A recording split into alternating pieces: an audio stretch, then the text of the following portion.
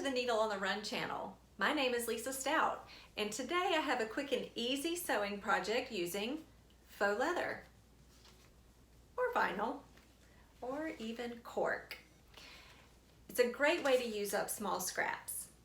If you're looking for a way to dress up a gift card, maybe for a birthday gift, or the upcoming holidays, or maybe just because, well, stick around. I'll walk you through my method for creating a fun, possibly personalized gift card holder using faux leather. Okay, let's talk about the tools and materials that we'll need to create this project. You're going to want a measuring device or a ruler. We're going to need to cut 2 pieces of faux leather.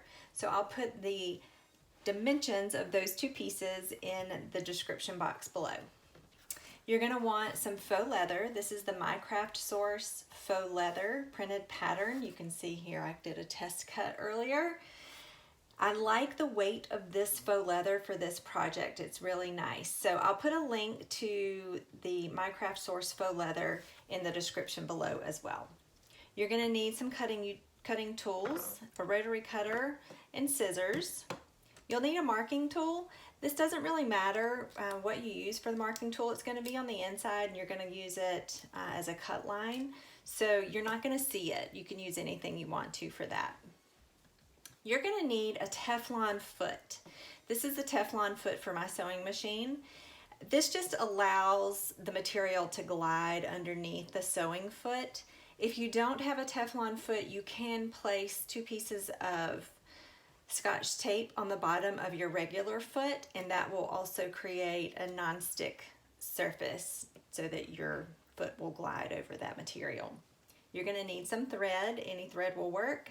Since this isn't a bag or something that's going to be pulled and tugged on, you could use cotton for this. I'm going to use cotton thread for this, but you can also use polyester thread. You're going to want some clips. If you don't have these clips, clothespins work, oddly enough. So the purpose of this is to hold our pieces together. With faux leather, you don't want to pin your pieces together because that's going to create a hole in your faux leather. And once you have a hole there, it's there to stay. You can't fix that. So instead of pinning our pieces together, we're going to clip them together. And I will say, because this faux leather has a finished back, it can move around on you a little bit. So it is going to be really important that you find something that's going to hold those pieces together. You're going to need something that will give you a circle template. I just happened to grab this off of my craft table. It's a Starcraft glitter, which I love and it matches. But we're not going to actually be using the glitter for the project. We're just going to use the circle. Now, I will say, if you want to forego all of the cutting tools and you have a digital cutter like a Silhouette or a Cricut or a Brother Scan and Cut, which is what I use, you can create your template in there and actually let your digital cutter do all your cutting, which is what I have done, and it makes it very easy. On the My Craft Source 12 by 12 sheet, I can actually get 6 sets at one time to cut. So you may look at that as an option instead of actually having to cut things out. And then this is totally optional, but I'm going to add some heat transfer to my gift card holder. So if you want to do that, you're going to need a scrap piece of heat transfer vinyl, and you'll need your weeding tool, of course, and then a way that you can press that onto your gift card holder. All right, that's everything that we're going to need, so let's get started.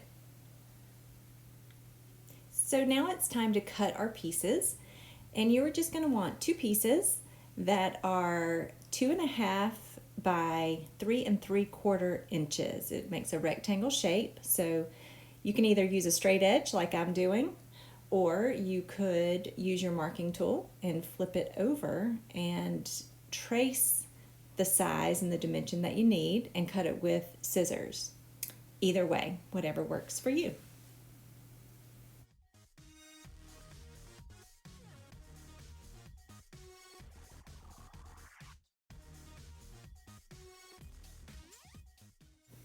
So once you have your 2 pieces cut out, you're going to need to create your semicircle on one piece. So take your circle template And on the back side of your material, place that in the center of the short end and trace around half, and then cut that with your scissors. Remember, if you don't want to use scissors, a ruler, a marking tool, things like that, you can set this up in your digital cutter software and let your machine do all the work for you.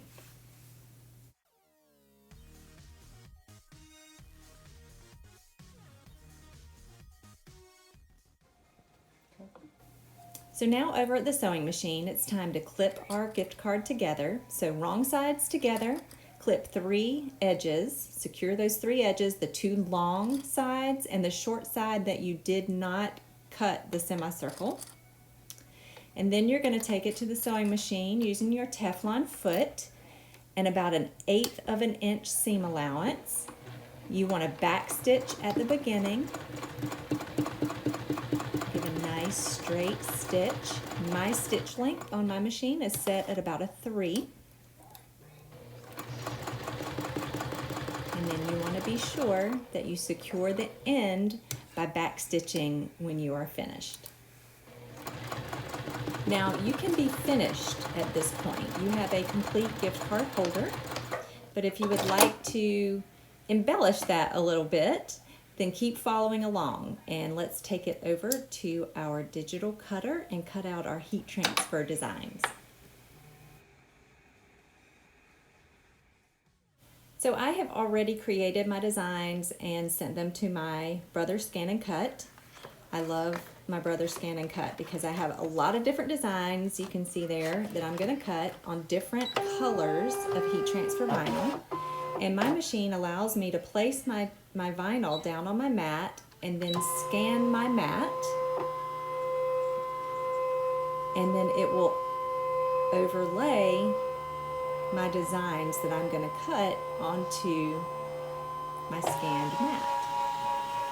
And then that will allow me, I can look to see, do I need to make adjustments? I don't want to cut any letters off, so I can just move things around and make sure that everything is placed within each piece of heat transfer vinyl.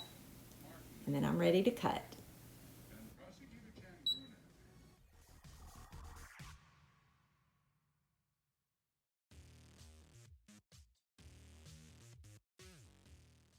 So once everything is cut, we're going to remove that from the mat, and then we are going to start my favorite step of working with vinyl. I love to weed the vinyl.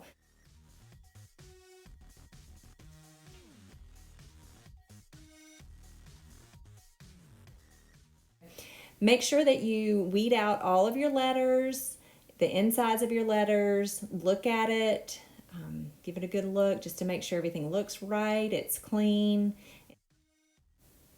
So before we go to the heat press, you want to make sure that you just match up all of your designs with the color of the gift card holder that you had designed it for.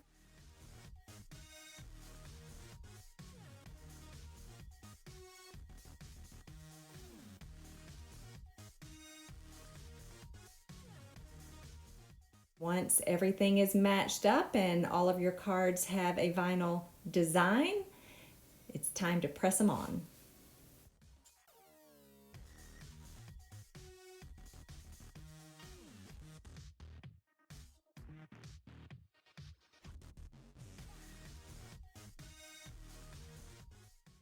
So this is the fastest step of the process.